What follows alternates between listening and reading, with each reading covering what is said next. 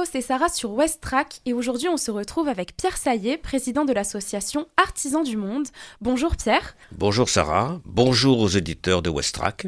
On est ensemble aujourd'hui sur Westrack pour faire découvrir à nos auditeurs votre association, mais surtout l'événement organisé ce samedi 23 et dimanche 24 novembre, votre grande expo-vente solidaire qui aura lieu au centre culturel de la Forge à Harfleur. Mais avant ça, pouvez-vous présenter votre association et ses principales missions ?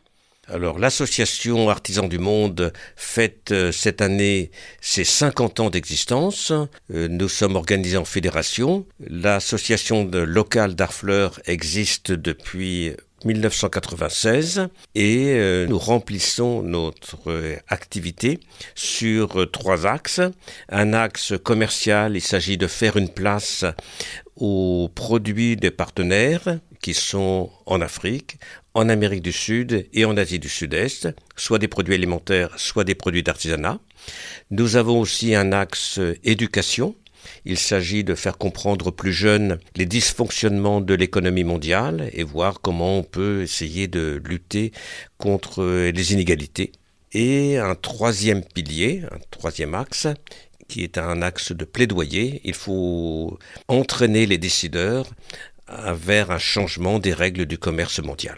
Mettre en avant l'artisanat, ça a complètement un lien avec l'événement dont on va parler aujourd'hui et qui nous intéresse. C'est un événement que vous organisez, l'Expo-Vente solidaire. Alors, pouvez-vous nous détailler un peu le déroulement de cet événement ? Comment le week-end va s'articuler ?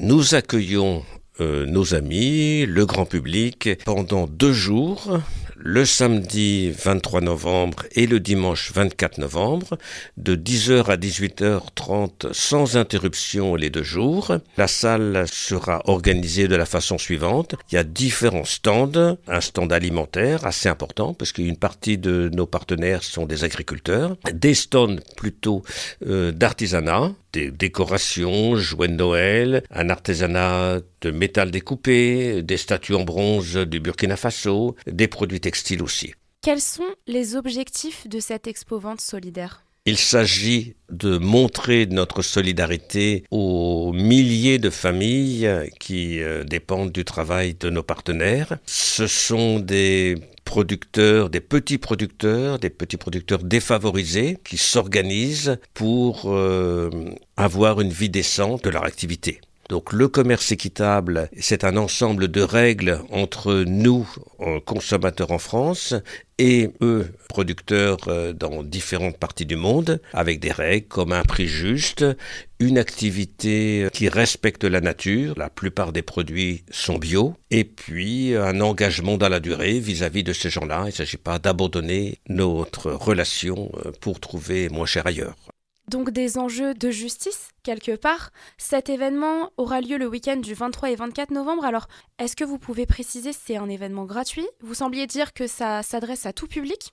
Alors, Artisans du Monde à Harfleur organise cette expo-vente depuis plusieurs années. L'entrée est toujours gratuite, l'accueil est évidemment le plus large possible. Il y a un parking pour ceux qui viennent en voiture, facile d'accès, en dessous de la salle de spectacle. Et évidemment, il n'y a pas d'obligation d'achat. On peut venir rencontrer les gens et découvrir les produits des partenaires qui ont été commandés pour cet événement. Nous avons 2 boutiques, une boutique à Harfleur et un espace de vente dans une boutique partagée au Hangar 0, mais il y a évidemment beaucoup moins d'articles dans ces espaces que ce que nous proposons au public le 23 et le 24. Découvrir, c'est un peu le mot de cet événement. Alors je vous propose qu'on se penche sur le contenu de cette expo-vente solidaire. Pouvez-vous nous parler des artisans et des produits qu'on pourra y trouver ? Nous avons un stand bijoux pour des petits producteurs, quelquefois des femmes, notamment nous avons un partenaire qui s'appelle Bombo Loulou en Kenya. Il s'agit de femmes handicapées qui trouvent dans la relation avec Artisans du Monde des moyens de vivre, mais c'est aussi des bijoux qui viennent d'Amérique du Sud, ce sont des bijoux qui viennent d'Inde aussi, et puis il n'y a pas que des bijoux, il y a aussi des sacs, un artisanat en cuir qui vient souvent d'Inde aussi, des produits alimentaires, un sucre de canne non raffiné, qu'on appelle Mascobado, qui vient des Philippines, et d'autres produits, café, et une part importante, évidemment, en cette période de fin d'année, pour les chocolats, les produits de Noël. De nombreux artisans et de nombreux produits à retrouver, mais pas uniquement. C'est aussi l'occasion de repenser sa manière de consommer. Alors à ce sujet, pourquoi cette expo-vente solidaire est-elle, selon vous, une bonne occasion de repenser sa manière de consommer au quotidien ? Repenser sa façon de consommer, nous paraît, nous artisans du monde, une chose vraiment importante. Nous sommes un peu désolés de voir l'immense quantité de marchandises qui se trouvent offertes à la consommation dans les magasins. Et la grande distribution est un exemple un peu criant de cette immense abondance de produits offerts. Donc nous pensons qu'il faut peut-être diminuer cette consommation et puis la réorienter vers des achats solidaires. Et la période de fin d'année, où il s'agit d'offrir des choses, nous paraît le meilleur moment pour à la fois faire plaisir et faire acte de solidarité. Cette expo-vente solidaire, elle propose d'être au plus proche des artisans qui vont proposer leurs produits, certes, mais c'est surtout et avant tout un espace de rencontre et d'échange. Alors, au-delà des produits proposés, qu'est-ce que vous souhaitez que les visiteurs emportent de cette expo-vente solidaire ? Alors, c'est une rencontre, nous accueillons le public, il y a les produits, c'est vrai, mais aussi c'est l'occasion de présenter le travail de notre association. Nous rencontrons des enseignants, donc dans le domaine de l'éducation, ça me paraît un bon moment de rencontre, et régulièrement, nous avons des contacts qui peuvent se nouer entre notre association et des enseignants au collège, lycée ou école primaire. Qu'ils puissent emporter, en tout cas, une envie de changer leur manière de consommer mieux et d'aider les autres, c'est l'objectif. Un des projets de votre association, d'ailleurs, en adéquation à cet événement, c'est celui de la campagne sur le chocolat équitable et durable. Alors, pouvez-vous nous expliquer en quoi consiste cette campagne ? Donc, il s'agit d'une campagne nationale. Le chocolat et le cacao font partie des produits qui sont un peu exemplaires, surtout en cette période de fin d'année.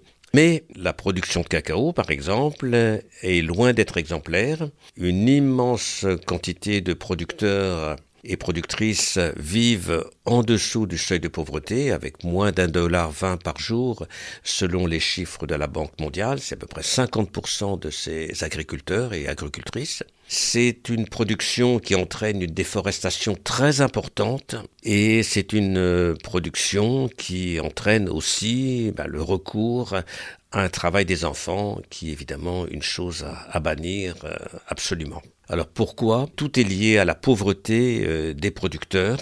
Ce n'est pas par plaisir qu'ils font travailler leurs enfants, mais c'est la pauvreté qui les empêche d'engager une main-d'œuvre salariée et une partie de ces producteurs sont quasiment contraints pour vivre d'avoir recours à leur famille, à leurs enfants. Des enjeux qu'on qualifierait même d'urgence. Alors, quels critères vous utilisez pour sélectionner un chocolat équitable et durable ? En tout cas, en tant que consommateur, que pouvons-nous faire pour soutenir cette campagne et faire un choix éclairé lorsqu'on achète du chocolat ? Il y a des exigences européennes. Par exemple, l'Europe est très attentive à ce qu'on appelle la déforestation importée. En faisant venir n'importe quel cacao, on favorise ou on laisse faire des petits agriculteurs qui n'ont pas les moyens d'employer de meilleures techniques agricoles et qui, devant la baisse de leur rendement, vont détruire un élément de forêt pour pouvoir cultiver et vivre de leur travail. Alors, la déforestation est tellement importante, on compte que dans les 30 dernières années, la Côte d'Ivoire, principal producteur dans le monde, a perdu 90% de son couvert forestier. Et pour le Ghana, pays voisin, aussi grand producteur, la proportion est moins importante, mais c'est plus de la moitié de ces forêts qui ont disparu en 30 ans. Un autre enjeu dont vous souhaitiez nous parler également ? Alors un autre enjeu, nous avons, en cette période de discussion du budget au niveau national, des craintes très importantes sur la réduction de l'aide publique au développement.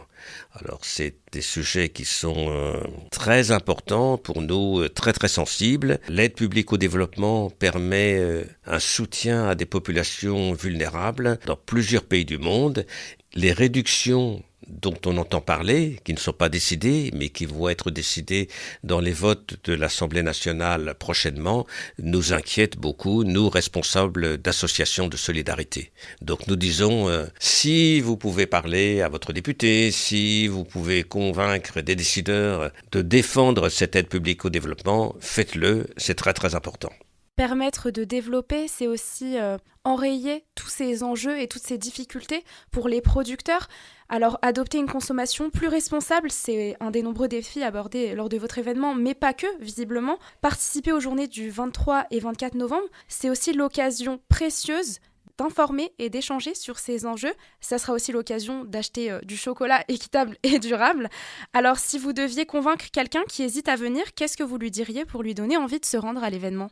Eh bien, rencontrer les bénévoles d'Artisans du Monde, découvrir les produits de cette année. Chaque année, il y a des petits changements, il y a des nouveaux produits, soit en artisanat, soit aussi dans le domaine alimentaire.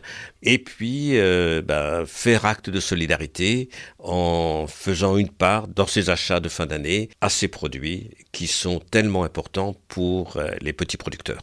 Pierre, merci pour vos réponses. Alors, si vous êtes intéressé, rendez-vous samedi 23 et dimanche 24 novembre au Centre culturel de la Forge à Harfleur. C'était Sarah. Merci d'avoir écouté Westrack Radio. Merci beaucoup et à bientôt.